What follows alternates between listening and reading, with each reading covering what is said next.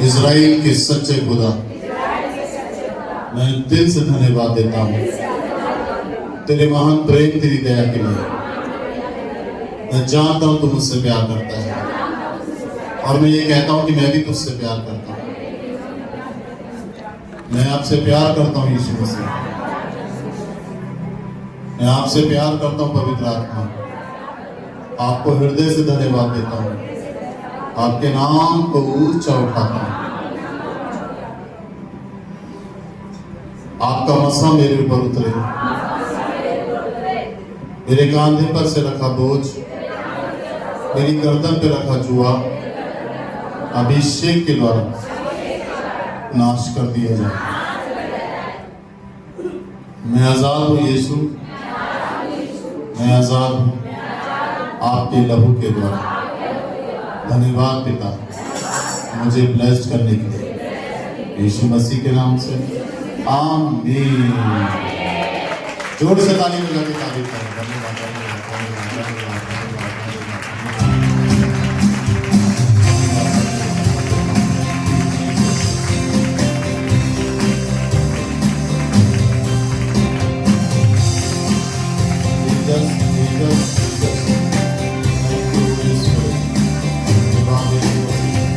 धन्यवाद, धन्यवाद, धन्यवाद, धन्यवाद,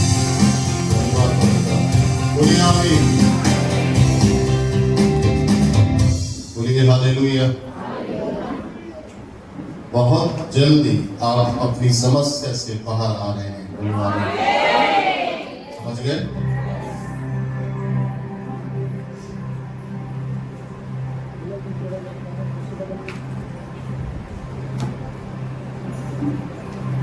भजन संहिता 144 निकालो मेरे साथ।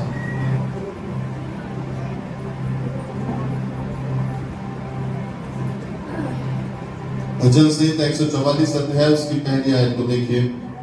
वचन में धन्य है यहोवा जो मेरी चट्टान है। चलो बोलो मेरे पीछे, धन्य है यहोवा। मेरे साथ जितना मैं बोला उतना बोलो, धन्य है यहोवा जो मेरी चट्टान। ये किसका भजन है? दाऊद का।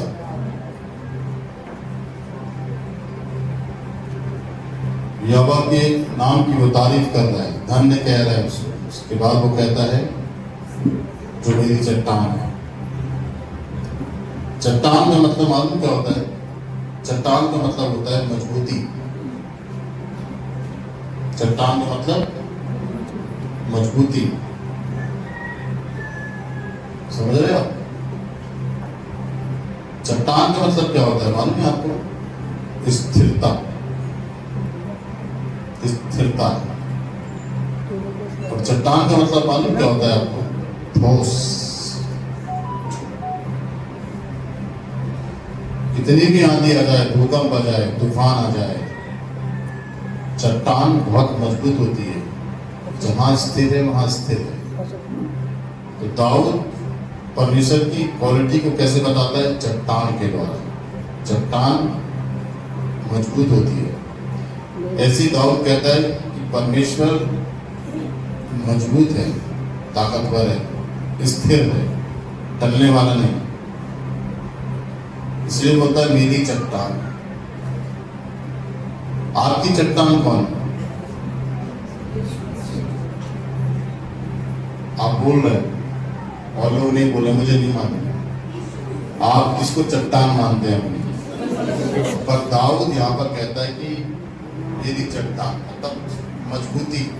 परमेश्वर मजबूत होता है, कमजोर नहीं। परमेश्वर स्थिर रहता है, डगमगाता नहीं है। परमेश्वर ठोस है, हल्का फुल्का नहीं। फिर बाइबल बताती है कि वे मेरे हाथों को लड़ने के लिए। हाथ एक बहुत छोटी चीज है जिसे परमेश्वर मनुष्य को के हाथों को लड़ने के लिए तैयार करता है। परमेश्वर खुद अपने हाथ से लड़ सकता है, परंतु मनुष्य के हाथों को तैयार करता है लड़ने के लिए।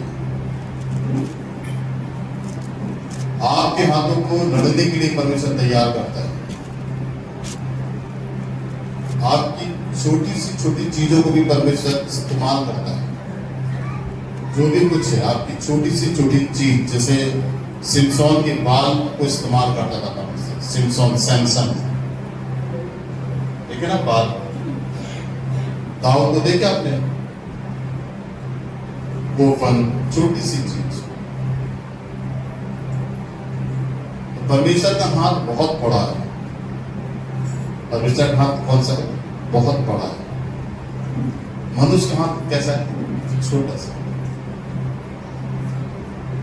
क्या बोलता है परमेश्वर? यशायाह भविष्यवक्ता की किताब में, मैं तुझे दृढ़ करूंगा और अपने धर्ममय दाहिने हाथ से संभाले रखूंगा। एक अपने हाथ से हमारी पूरी लाइफ को संभालता है, उसको दूसरा हाथ लगाने की जरूरत नहीं है। एक हाथ से पूरी लाइफ को हमारी संभालता है वो, एक हाथ से। और मेरी नहीं, पूरी दुनिया। तो समझ लो कि उसका हाथ कितना बड़ा है। और मनुष्य का हाथ छोटा सा, उंगलियां छोटी छोटी छोटी छोटी है ना। हाथ में क्या है? क्या है हाथ में? उंगली। पूरा हाथ छोटा सा हाथ, छोटी सी चीज। वो कहता है मेरे हाथों युद्ध करो। हाथों कैसे इस्तेमाल करना है, कैसे चलाना है, वो बताता है।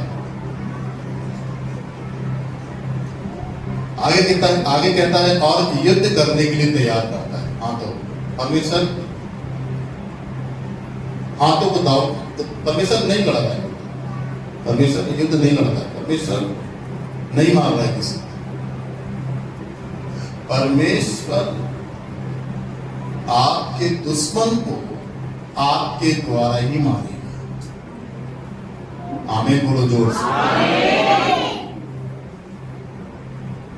क्योंकि वो कहता है मेरे हाथों को तैयार करता है। तैयार करेगा आपको परमेश्वर।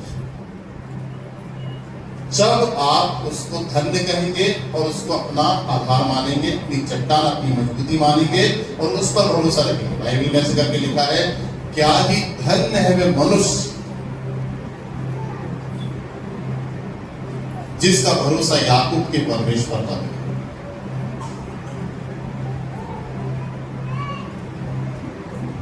तैयार करेगा परमेश्वर आपको।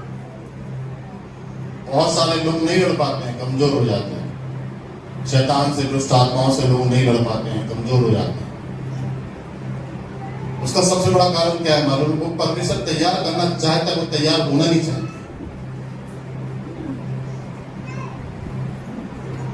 परमेश्वर चाहता है कि जो व्यक्ति उस पर विश्वास करता है वो प्रार्थना करे। परमेश्वर कैसे तैयार करेगा?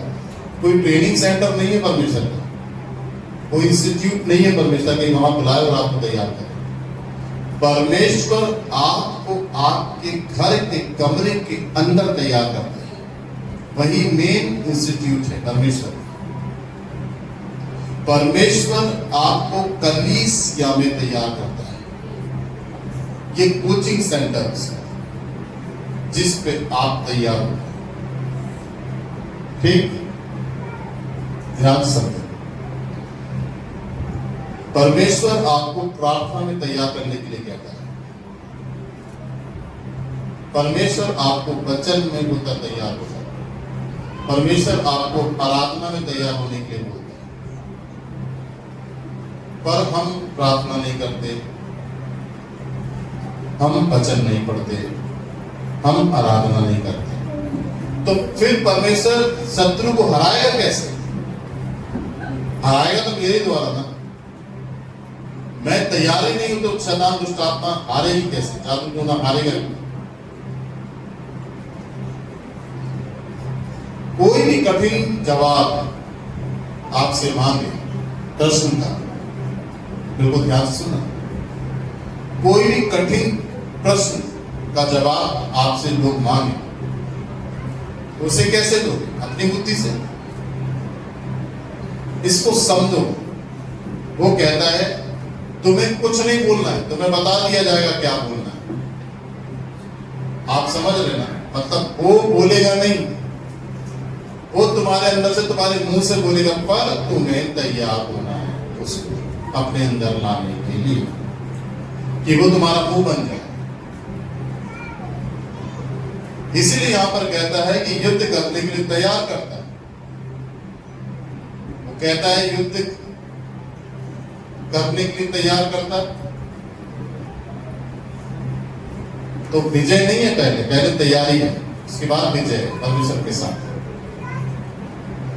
इसलिए जब परमेश्वर कहता है कि तुम मुझसे मांग, मुझसे प्रार्थना कर, आराधना कर, वचन को पढ़ो, ये तैयारी है आपकी लाइफ में। आपको कोई जिम ज्वाइन नहीं करना है, आपको वॉक नहीं करना, आपको दौड़ना नहीं है, आपको अपने शरीर को मजबूत नहीं करना, आपको केवल प्रेयर करना है, आपको वचन पढ़ना है, आपको आराधना करना है, और आपको हर रविवार चर्च में संगति करना है। ये तैयारी है आपकी। आगे देखिए,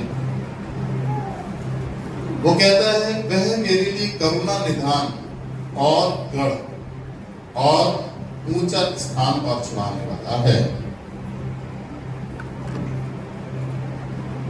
वह मेरे लिए करुणा, निधान मतलब मेरे लिए वो कृपालु है। करुणा निधान का मतलब होता है कृपालु। बोलिए जोर से, करुणा निधान। करुणा निधान का मतलब होता है कृपालु, कृपालुता, कृपा से भरा हुआ। वो मुझ पर कृपा करता है।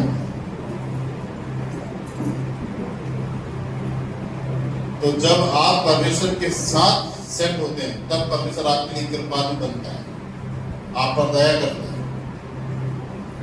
करुणा निधान, करुणा निधान का मतलब कृपालु। आगे देखिए, गढ़, बोलो गढ़, ऊंचा गढ़। ऊंचे गढ़ का मतलब बोलो ऊंचा गढ़, ऊंचा गढ़। ध्यान समझना, हर रविवार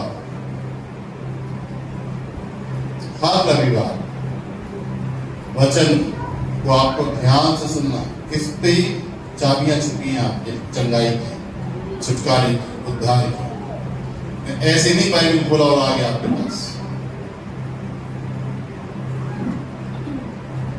मैं आज मिस्र के बारे में आपको पढ़ाता, मूसा के बारे में थोड़ा सा बताऊंगा, पर परमेश्वर ने बोला नहीं, पहले ही बता कलीसिया को।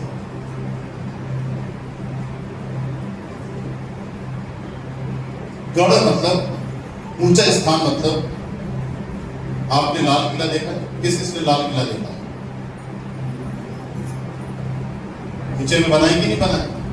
उसके नीचे से गाड़ी जाती है कि नहीं? लाल किले के नीचे से अपनी गाड़ी जाती है?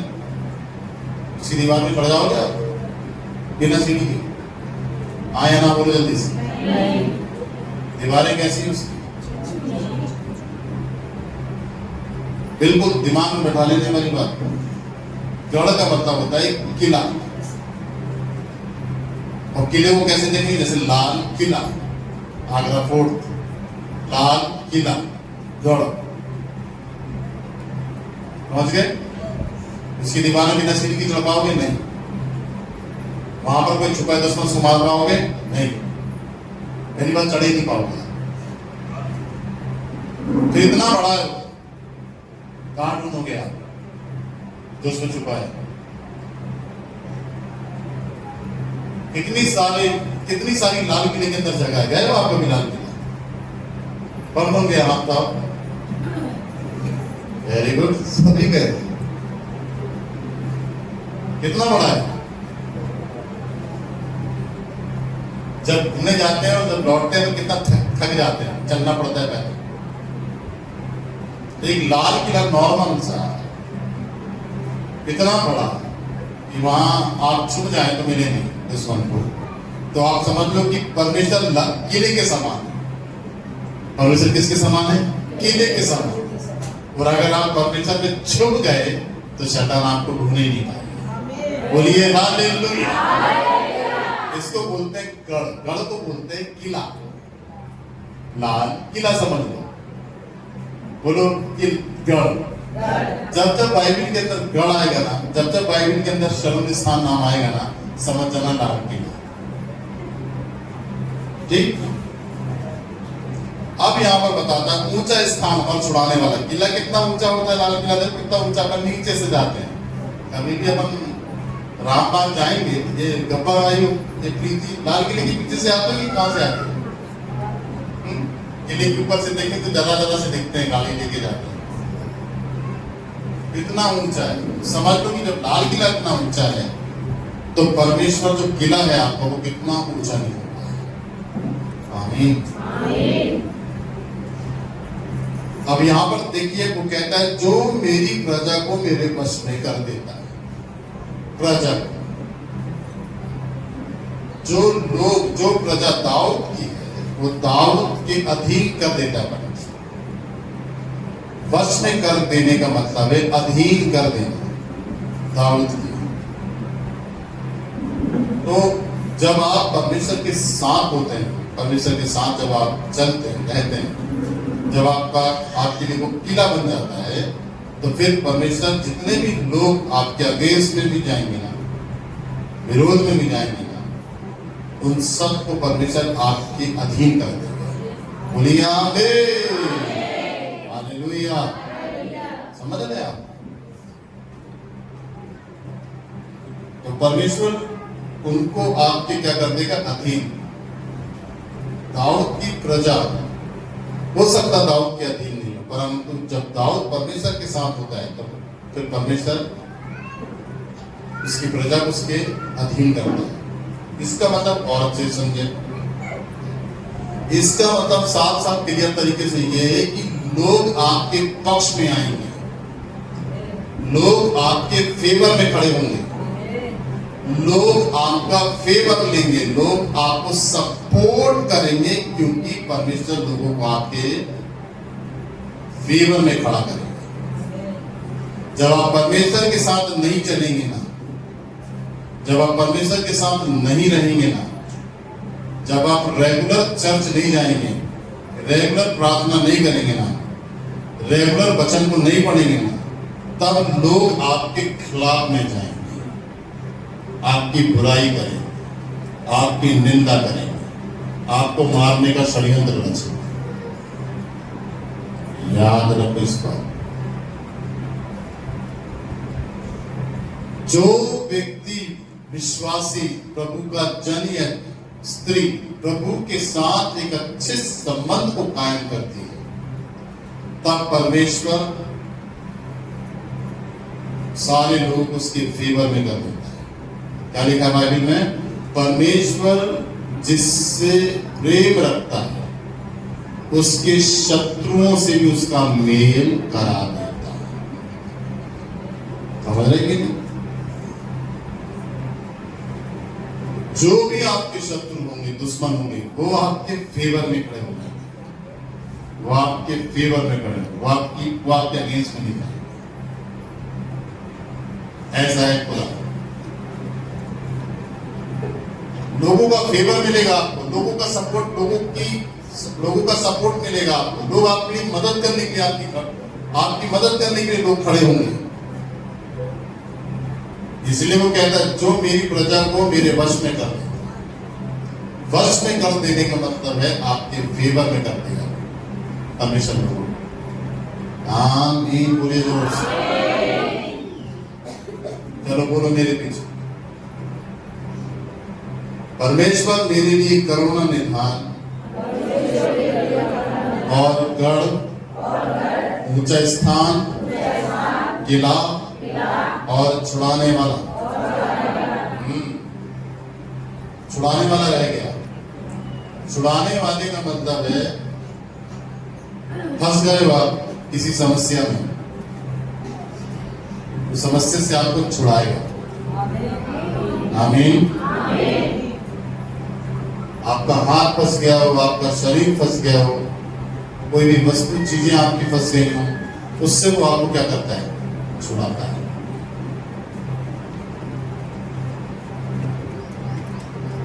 शैतान के हाथ से आपको वो छुड़ाता है, कर्जे की दुष्ट आत्मा से आपको वो छुड़ाता है, कंगाली की दुष्ट आत्मा से आपको वो छुड़ाता है, विद्रोह, विवाद, लड़ाई झगड़े की आत्मा से आपको छुड़ाता है, दुष्ट आत्माओं से आपको छुड़ाता है। अभी वो बहन आई की साधना, उसी गवाही देखा आपने कैसे परमेश्वर ने उसको छुड़ाया। क्या बोल रहा था वो मालूम है आपको? उसी पर आमीन।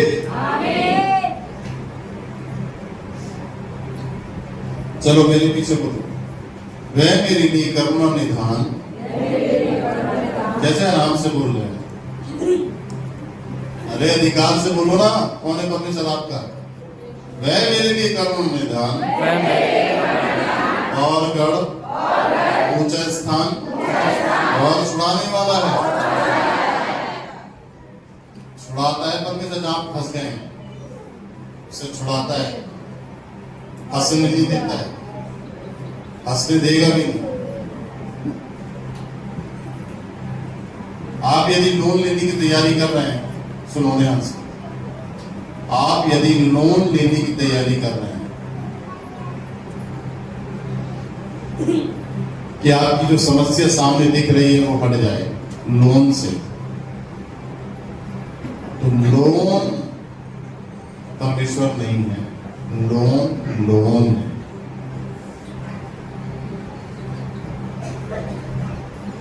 कभी अपने आप से ये पूछा कि मुझे लोन चाहिए और परमेश्वर से चाहिए? मैं चर्च कितना जाती हूँ, मैं प्रार्थना कितनी करती हूँ, मैं वचन कितना पढ़ती हूँ, मैं आराधना कितनी करती हूँ? कभी पूछा? अपने आप से पूछो।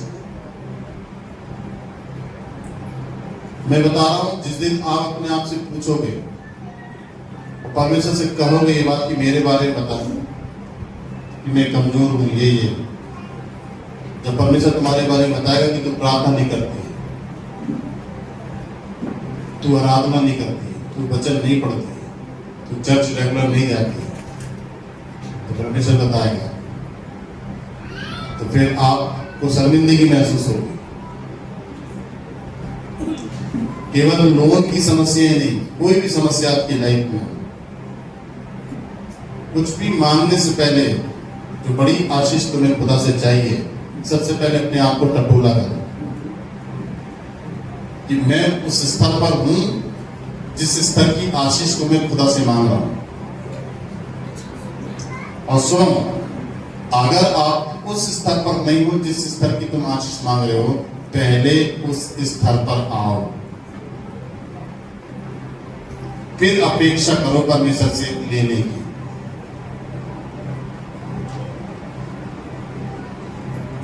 वो देगा, वो देने के लिए तैयार है, छुड़ाने के लिए तैयार है, बचाने के लिए तैयार है, छुपाने के लिए तैयार है, आशीषित करने के लिए तैयार है आपको। पर आप उस स्टेज पर आओ, तो स्तर पर आओ, तो कैसे दे देगा आपको?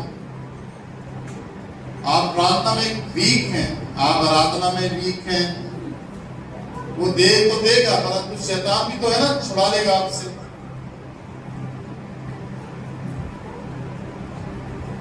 हम नहीं लगाते हैं आप पर दोष, और हम नहीं लगाते हैं परमेश्वर। चलो ठीक है, मत करो प्रार्थना, मत करो उपवास, मत आओ चर्च, तुम्हें जो चाहिए वो मिल गया। अब जो मिल गया तो खुश हो गए, तुम एक संडे नहीं जाने के बजाय तुम 4 संडे नहीं आएंगे। तुम एक दिन प्रार्थना नहीं करने के चक्कर में तुम अब मिल तो गई चीज, अब क्या जरूरत है प्रार्थना की? 1 महीना क्या, 6 महीने गई प्रार्थना। पर मैं ये कहना चाहता हूं कि चलो ये भी हो गया, पर एक है जो तुम्हारे पीछे लगा रहेगा, उसका नाम है शैतान। जो तुमने पाया ना बिना प्रार्थना के, बिना विश्वास योग्यता के, उसको 1 मिनट में कंडम कर देगा आपसे लेके। फिर अगर छिन गया तो फिर क्या होगा? फिर परमेश्वर के पास आए। मैं ये कहता हूं, नहीं छिने, वो तब हो पाएगा जब परमेश्वर के साथ आप बने रहे, प्रार्थना करें, आराधना करें, रेगुलर चर्च में रहें। छीन ही नहीं पाएगा। कैसे छीन लेगा शैतान? फिर जो मिला है परमेश्वर की ओर से आपको, उसमें आप बढ़ते चले जाओगे। आज 1 दिया परमेश्वर, कल 4 देगा, कल 4 दिया, परसों 16 दिया, परसों 16 दिया, 932 देगा। बोलो आमीन जोर से। समझ गए आप? ऐसे बढ़ाता है ब्लेसिंग। वचन में ऐसे करके लिखा है, परमेश्वर अंश अंश अंश अंश करके बदलता है। इसलिए तैयारी करो, और कुछ प्लान किया है उसने आपके लिए। जो आपने प्लान नहीं भी किया ना, उसने आपके लिए प्लान किया है। जब वो देगा ना आपको, तो आप बोलोगे तो मैंने मांगा नहीं, ये कैसे मेरा हो गया? समझ लो।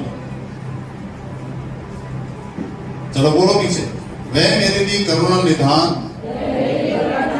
और गढ़, ऊंचा स्थान और छुड़ाने वाला है। छुड़ाएगा वो आप। आगे बोलो, छुड़ाने वाला है। आमीन। निकालेगा वो आपको। अच्छा, छुड़ाने वाले का दूसरा रूप ये है कि जब आप कोई लोन लेने जा रहे हैं और आपको मालूम है कि ये लोन में लूंगा तो इससे मेरा समाधान हो जाएगा। मैं ये कहना चाह रहा हूं कि आपको अगर लोन नहीं मिल रहा है, आपको यदि लोन नहीं मिल रहा है और आप हाथ पैर टेक रहे हैं और नहीं मिल रहा है, तो फिर उससे मत लो, चुप हो जाओ, रुक जाओ। क्योंकि वो लोन अगर आपने लिया तो भविष्य में परमेश्वर जानता है कि आपके साथ क्या बुराई आने वाली है उस लोन से। इसलिए सारे दरवाजों को परमेश्वर जल्दी जल्दी बंद कर देता है, कहीं से मिल ना जाए, और शैतान कहीं ना कहीं से आपको दिलाना है।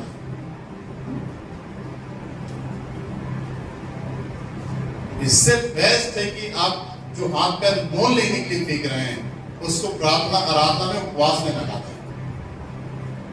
बोलो आमीन।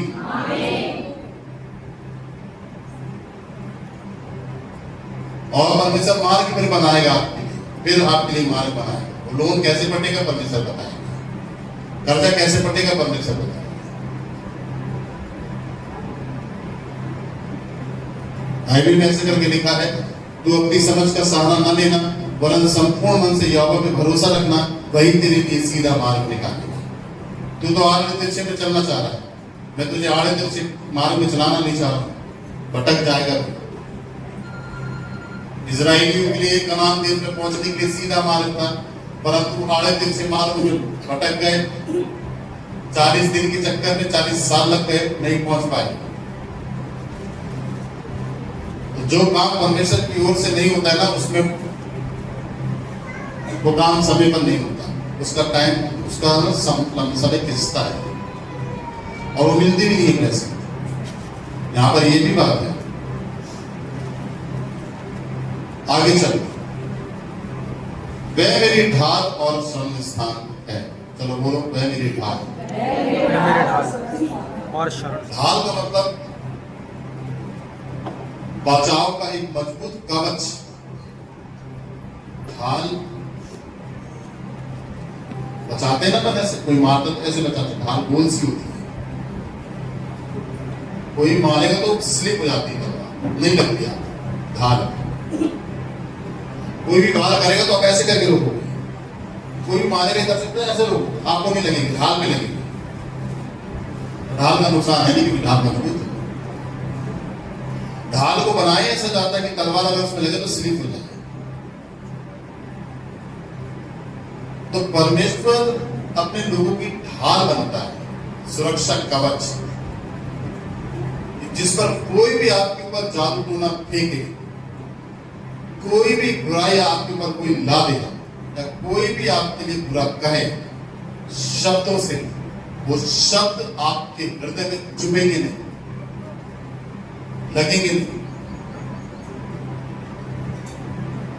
इसलिए भजन संहिता 112 में लिखा है, 112 में निकालना है, वहां लिखा है, वह बुरे समाचार से नहीं डरता, क्योंकि उसका हृदय यहोवा पे भरोसा रखने से स्थिर रहता है। बोलो मेरे, मैं बुरे समाचार से नहीं डरता। बुरा समाचार बहुत सारे हैं। आपकी हानि के समाचार ये बुरे हैं, आपके परिवार की हानि के समाचार बुरे, आपकी बुराई कोई कर दी है, हानि है आपकी, ये समाचार है सब। आपकी निंदा कोई कर ले, ये समाचार है, बुरा समाचार है। आपके अगेंस्ट में लोग बातें कहें, ये बुरा समाचार आपके कानों में आ रहा है। ये सब समाचार हैं, कई नाना प्रकार के समाचार हैं जो आपके अगेंस्ट में आपके लिए तीर के समान होकर आए, कि आपको लग जाए, कोई बात आपके दिल में बैठ जाए। परंतु बाइबल में ऐसे करके लिखा है कि वह बुरे समाचार से नहीं डरता, उसका हृदय यहोवा पर भरोसा रखने से स्थिर रहता। और आगे लिखा है, वे ना डरेगा और ना डगमगाएगा। ये क्यों है मालूम है? क्योंकि कोई भी अटैक, तीर उस व्यक्ति पर नहीं चुभेगा जाकर, क्योंकि परमेश्वर उसकी कवच है। कोई भी खुली खबर उसको नहीं लगेगी, वो हल्की समझेगा सब बातें, और आपको सब बातों को हल्का समझना है। केवल वचन को ही आपको गंभीरता से लेना है, अपनी लाइफ में याद रखना। जितनी भी छोटी बड़ी बातें आपके बुराई के लिए, आपके विरोध में की जाती है, उन सबको हल्का समझो, कोई आपका कुछ नहीं बिगाड़ पाएगा। बोलो आमीन। समझ गए? लाल समझ गए ना? शमशान किला, लाल किला, ऐसे समझो, ठीक है? बस पे कर देता है। अब आगे चले। 3, हे यहोवा, मनुष्य क्या है कि तू उसकी सुधि लेता है? मनुष्य क्या है, उसकी सुधि लेता? क्या है मनुष्य? यिर्मयाह की किताब ऐसे करके लिखा है, मैं मनुष्य नहीं हूं कि बदल जाऊं। यिर्मयाह में कहता है परमेश्वर ऐसे, मैं मनुष्य नहीं हूं कि बदल जाऊं। फिर मनुष्य क्या है? मनुष्य एक लिली के फूल के समान है। लिली का फूल देखा ना आपने? अभी मैंने बहुत समय पहले एक लिली के बारे में बताया था, जिसको कहते हैं शोषण। लिली के फूल को बोलते हैं शोषण के फूल। यीशु क्या कहता है? शोषण की ओर ध्यान दो। शोषण कैसे होते हैं? खिलते हैं, धूप निकलती है, मुरझा जाते हैं। तो शोषण के फूल, लिली के फूल से तुलना की है परमेश्वर ने हमारी याद मनुष्य की। तो लिली के फूल के समान है हम। एक तो चंपा का फूल लगा है सामने, पेड़ चंपा का। एक चांदनी का पेड़ पीछे लगा है, आप देख के आना, सफेद फूल आते हैं जिसमें। एक नोनी का फूल सामने राइट हैंड पे गमले में लगा है। गुड़ैल का सामने फूल लगा हुआ है। ऐसे लिली का फूल होता है। लिली के फूल से तुलना की यीशु ने हमारी।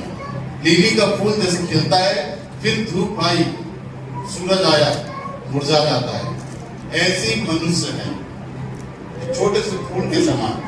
इसलिए यहाँ पर वो कहता है, हे यहोवा, मनुष्य क्या है कि तू उसकी सुधि लेता है? क्या है मनुष्य? आपने गमले में पेड़ लगाए, आपने अपने गमले में पानी डाला, आपके घर में फूल उग गया, आपने देखा कि बहुत सुंदर है, देख के आप चले गए। अब 24 घंटे थोड़ी ना बैठे रहेंगे फूल के पास। आप फूल को थोड़ी ना संभाल के रखेंगे आप कि ऐसे ही खिला रहे। तोड़ दो उसको, और हाथ में फूल को रख लो, शाम तक देखो मुरझा जाएगा, वैसे ही नहीं बना रहेगा जैसा आपने तोड़ा है उसे। ऐसे ही मनुष्य है, मनुष्य सदा एक सा नहीं रहता है। हमारी जो लाइफ है, हमारा जो जीवन है, मनुष्य का जो जीवन है वो थोड़ा सा है, मुरझाया जीवन है हमारा। हमें बहुत लंबा नहीं जीना है पृथ्वी में, या बहुत बड़ी आपने अपनी एज को रजिस्टर करा ली और लिख के लिया है, नहीं। और लाइफ का कोई भरोसा भी नहीं कब हम चले जाए यहां से, क्या भरोसा, कैसे क्या हो जाए हमारे साथ। इसलिए यहां पर दाऊद कहता है कि हे यहोवा, मनुष्य क्या है कि तू उसकी सुधि है, आगे देखो, और आदमी क्या है कि तू उसकी कुछ चिंता करता है, आगे देखो। और बड़ी बात नहीं है मनुष्य परमेश्वर के लिए।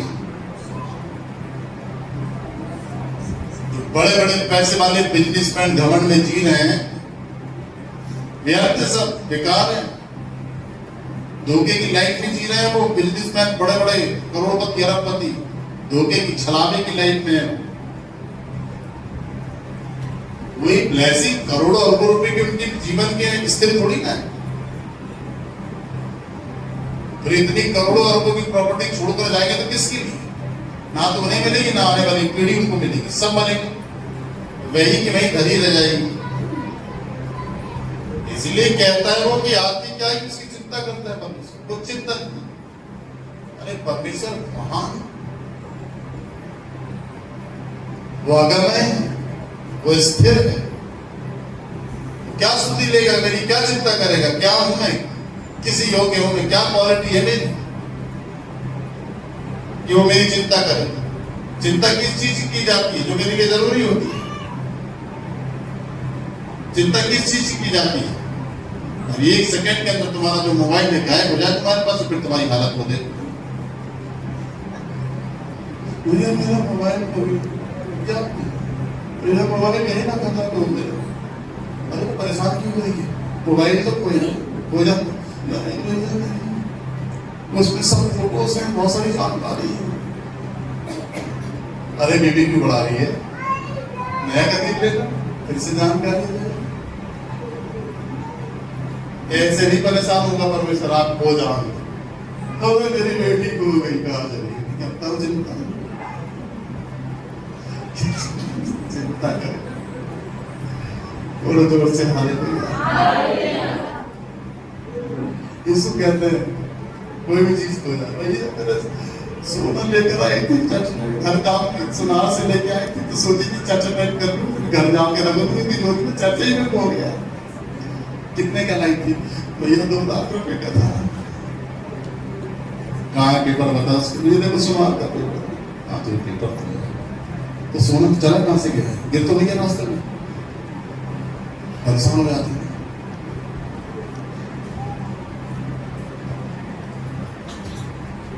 ऐसे परमेश्वर परेशान नहीं होता है।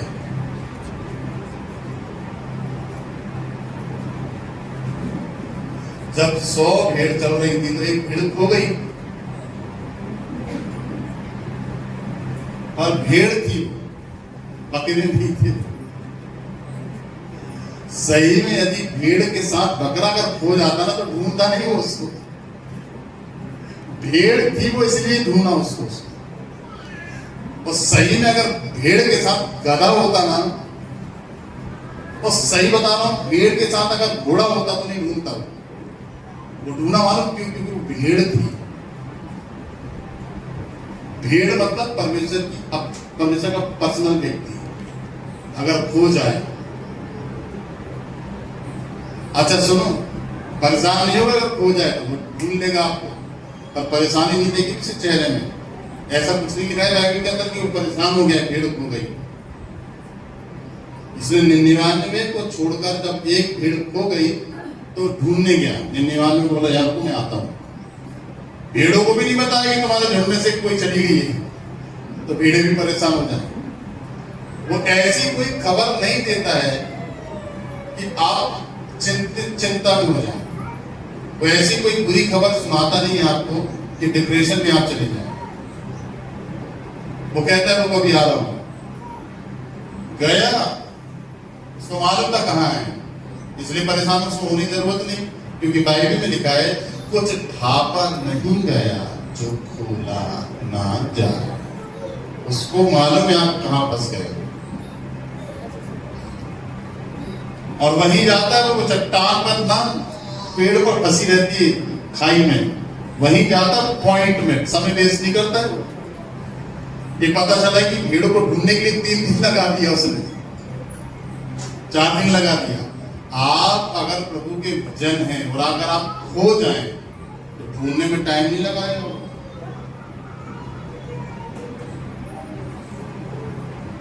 उसको मालूम है आप कहां खोए हैं, वहीं। मैंने प्रार्थना किया, एक बाजू में यहां पर एक, अरे वो मंजू 12 नंबर से आती है ना, यहाँ पीछे जब मैं 2012 में 13 में आया था ना, यहाँ पे पीछे क्रिश्चियन फैमिली रहती थी, इस दीवार के पीछे इलियास मेसी नाम,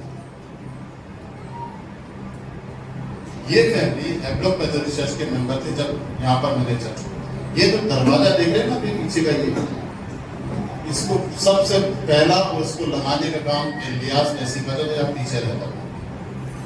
चर्च के बीच में एक झूमर लगा हुआ था, और ये लोहे का गेट देख रहे ना चर्च का, ये वाइट होता है, पहले लोहे का कलर था इसमें, वाइट एंड नहीं था। उसी ने पेंट करना शुरू किया, तब से कितना शुरू हो गया, अभी खत्म हो गया।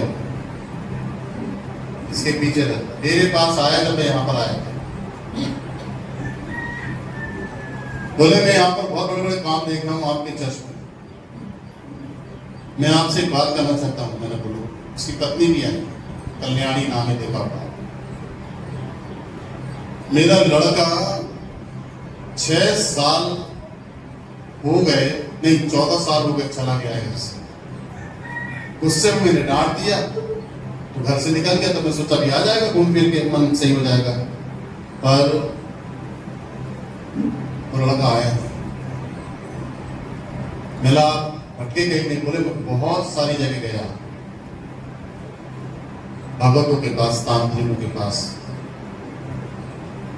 मैंने प्रेयर भी कराई, परंतु वो आए नहीं। मैंने दोनों पति पत्नी को यहाँ पर खड़ा किया, मैंने बोला क्या नाम है उसका, रोहित। मैंने दोनों हाथ उठाया और मैंने चिल्लाया जोर से, रोहित जहां कहीं भी है तू, यीशु मसीह के नाम से अपने घर में वापस आ, अपने माता पिता से मिला। यीशु रोहित को आप देख रहे हैं, और रोहित को अपने माता पिता के पास ले गए 14 साल के बाद। मैं आज प्रार्थना किया हूं, कल रोहित अपने घर में 14 साल के बाद आ गया। बोलो जोर से हालेलुया। मैंने ये अंदाजा लगा दिया कि यीशु को मालूम था रोहित कहां पर है। मैंने पूछा उससे, आया जब गवाही बताई उन्होंने, खूब खुश, लड्डू लेकर आए मेरे पास। मेरा बेटा आ गया, सबसे बड़ी खुशी है। आपको मालूम है किसने लाया आपके बेटे को? यीशु मसीह ने लाया है। बोले हाँ भैया मैं विश्वास करता हूं। आप क्या होगा सुनना। मैंने पूछा बेटा तू कहां पर? बोले भैया मैं बॉम्बे में था और जॉब कर रहा था, और अचानक मेरी तबीयत बिगड़ी, मुझे घबराहट हुई, मेरे मम्मी पापा की मुझे याद आई। मैं आओ ना ताव देगा तो सीधे ट्रेन में बैठ गया और घर आ गया। जोरदार ताली बजाओ सिखाने।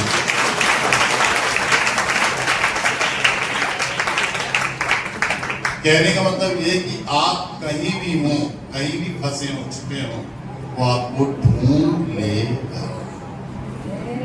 आमीन। इसलिए आप चिंता करें तो अपनी भीड़ की करें। वो भीड़ थी जो खो गई थी, तो उसको पकड़ा नहीं था, तो लाता नहीं हो। इसलिए देखिए बाइबल में ऐसे करके लिखा हुआ है कि भूसी को गेहूं से, गेहूं को भूसी से अलग करेगा। भूसी नहीं चाहिए उसको गेहूं चाहिए।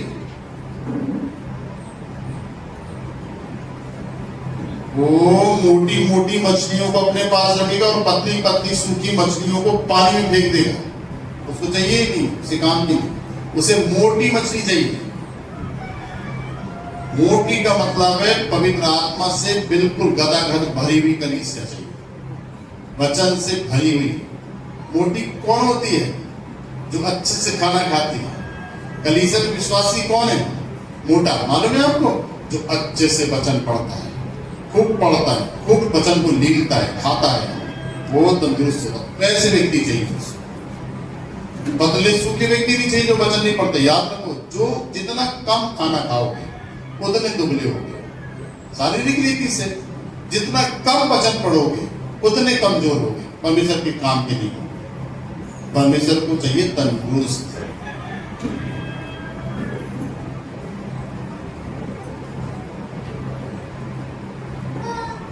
इसी प्रकाशन में 144, 143, 42, 45 आ जाओ पीछे, 40, 41, 39 सब में गहरा रहस्य।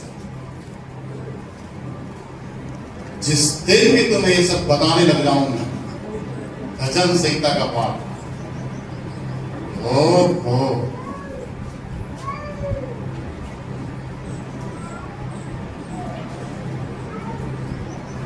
इसीलिए 4 आयत को देखिए, मनुष्य तो सांस के समान है। सांस, बोलिए सांस। सांस का मतलब कभी आती है, फिर अंदर जाती है, फिर बाहर निकल जाती है, फिर अंदर आती है, फिर बाहर निकल जाती है, फिर अंदर आती है, फिर बाहर निकल जाती है। सांस,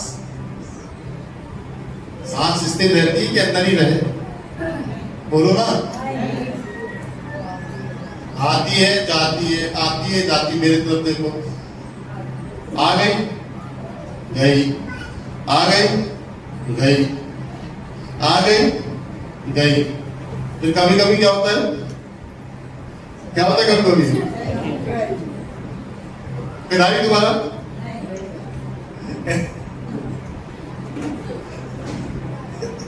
ऐसे ही मनुष्य है, सांस के समान।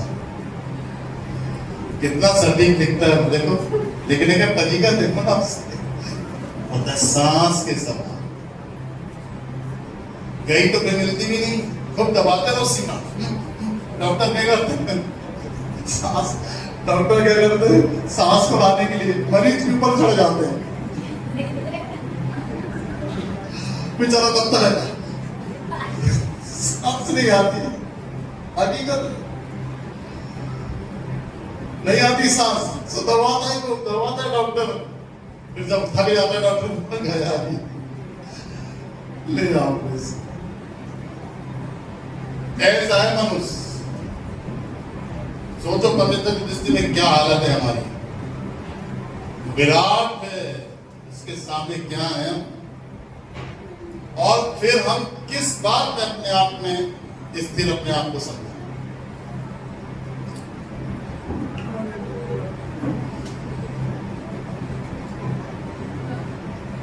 खुदा के पास जाओ, जब भी जाओ उसके पास में जाओ, अपनी आंखें बंद करो और अपने सिर को नीचा करके उसके सामने जाओ।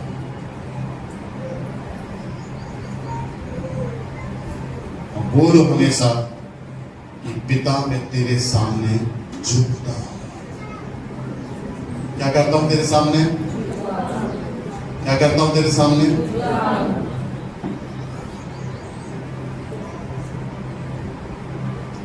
चलो नेक्स्ट। उसके दिन ढलती हुई छाया के समान। कैसी? ढलती हुई छाया दो प्रकार से ढलती है। पहले जब शाम हो जाती है तब, दूसरा जब बादल आ जाते हैं तब। अभी क्या है? अभी क्या है? अरे कैसे? बादल के द्वारा भी क्या है? क्या है?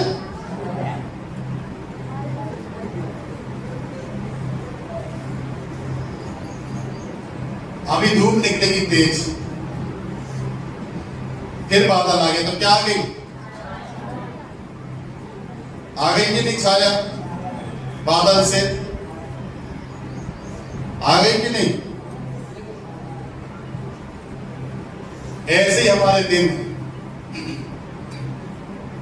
ऐसे ही हमारे क्या है दिन है। हमेशा रोशनी निकली हुई नहीं रहेगी। एक तो ढलेगा लाइट तो ढलती चली जाएगी, दूसरा अचानक बादल आ गए तो भी डूब गई। कोई भरोसा नहीं जीवन का, कभी भी कुछ भी हो सकता है। एक काम जरूर कर लो अपनी लाइफ में, मेरी बात सुनो आज। एक काम को अपनी लाइफ में जरूर कर लो।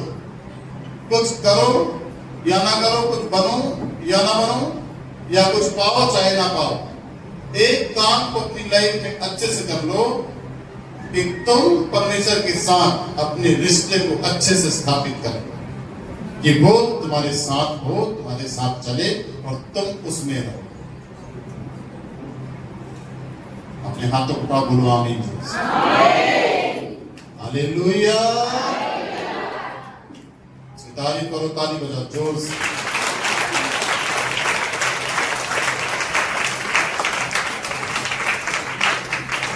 अब अपन सीखेंगे, हे यहोवा अपने स्वर्ग को नीचा करके उतारा, पहाड़ों को छू, तब उसमें से धुआं उठेगा। ये सारा वेद अगले संडे को बताऊंगा। बिजली कड़कड़ा कर उनको तितर बितर कर दे और अपने तीर चलाकर उनको घबरा दे। अपने हाथ ऊपर से बढ़ाकर मुझे महासागर से उभार, अर्थात परदेशियों के बस से छुड़ा। उनके मुंह से तो व्यर्थ बातें निकलती हैं और उनके दाहिने हाथ से धोखे का काम होता है। ये सब बताऊंगा 5 की आयत से आपको अगले संडे। कौन कौन आएगा अगले रविवार को आगे के रहस्य को सुनने के लिए? पक्का इस तो नहीं करेंगे इसको, इसके पूरे मतलब को सब लोगों की नहीं। पक्का अगले रविवार को आओगे ना?